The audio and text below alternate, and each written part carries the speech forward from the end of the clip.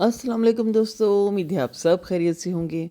मैं बना रही हूँ शीट कबाब, जो कि बनाने में बहुत आसान होती हैं और खाने में तो ज़ाहिर है कबाब तो फिर कबाब होते हैं, मज़ा तो आता है। मसाले क्या डालें इसके अंदर, वो मैं सब आपको लिख के बता दूँगी। आपने मैरिनेशन करनी है, ओवरनाइट रखें फ्रिज में तो क्या ही बात है।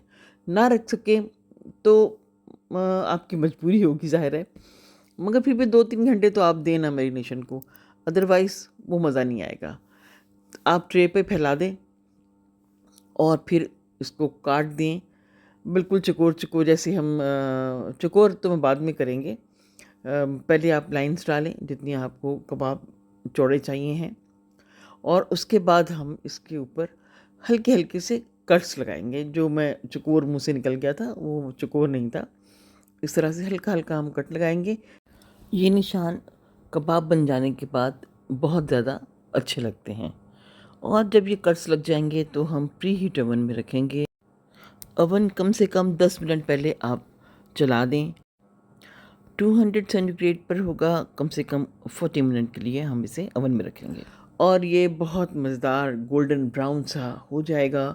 और ये ज़ाहिर है कि इसके अंदर जो पानी है होता है कीमे का और बाकी मसाला जात का, वो सब पकाने में काम करेगा। उसके बाद आप इसके ऊपर चमक लाने के लिए इसे बटर से या फिर ऑयल से ग्रीस कर दें और अपनी मर्ज़ी से जितने भी आपने बड़ा कबाब तोड़ना होगा तोड़ें और करें हम डिश आउट।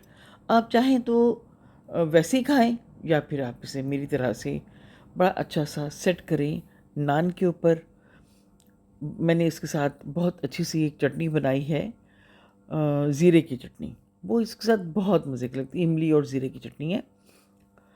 आमतौर पे हम ग्रीन चटनी बना लेते हैं, ये ग्रीन चटनी नहीं है। ये ब्राउनिश से नज़र आ रही है ना, क्योंकि ये उसका कलर ऐसा ही है। जब भी बनाएंगे इसका कलर ऐसा ही आएगा। ये चटनी डाली, फिर हमने दही की चटनी डाली और कुछ प्याज और जो आपका दिल चाहे इसके अंदर सब्ज़ी बनाएं डालें और इन्जॉय करें। बहुत मज़ेदार से शीट कबाब तैयार होते हैं। नान से खाएं या पूरी पराठा से खाएं, आपको मज़ा आ जाएगा।